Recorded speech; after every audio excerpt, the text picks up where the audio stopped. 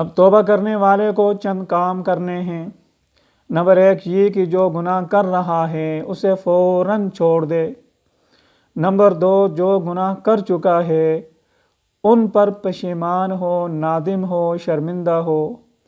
Number 3 آئندہ کوئی گناہ نہ کرنے کا عزم کرے کہ آئندہ میں اللہ تعالیٰ کی کوئی نافرمانی نہیں کروں گا۔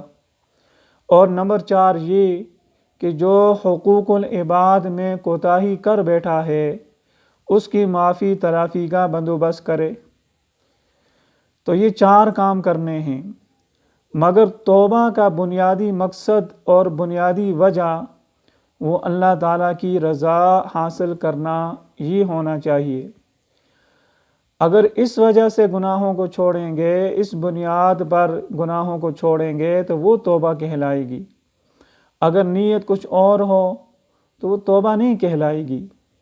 مثال کے طور پر ایک بندہ بدنامی کے ڈر سے گناہ چھوڑتا ہے، جی انسان بڑا بدنام ہوتا ہے، ذلیل ہوتا ہے، رسوا ہوتا ہے، اس لیے میں گناہ نہیں کروں گا، تو ٹھیک ہے گناہ نہ کرے لیکن اسے توبہ نہیں کہتے۔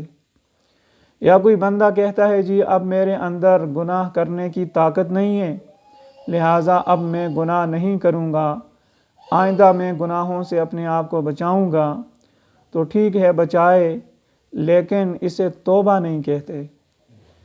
اور کوئی انسان یہ کہتا ہے کہ بیماری کا ڈر ہے، مرض لگنے کا اندیشہ ہے، لہٰذا آئندہ میں گناہ نہیں کروں گا، تو بیماری کے خوف سے اگر گناہوں کو چھوڑ رہا تو چھوڑے لیکن اسے توبہ نہیں کہتے۔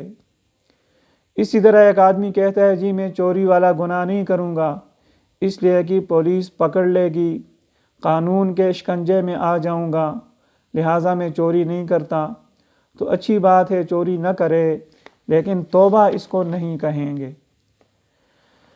توبہ اور ایک آدمی کہتا ہے جی میں جوا نہیں کھیلوں گا اس لیے کہ اس میں بڑا مال ضائع ہوتا ہے، آئندہ میں کبھی جوا نہیں کھیلوں گا، تو ٹھیک ہے نہ کھیلے لیکن اس کا نام توبہ نہیں ہے۔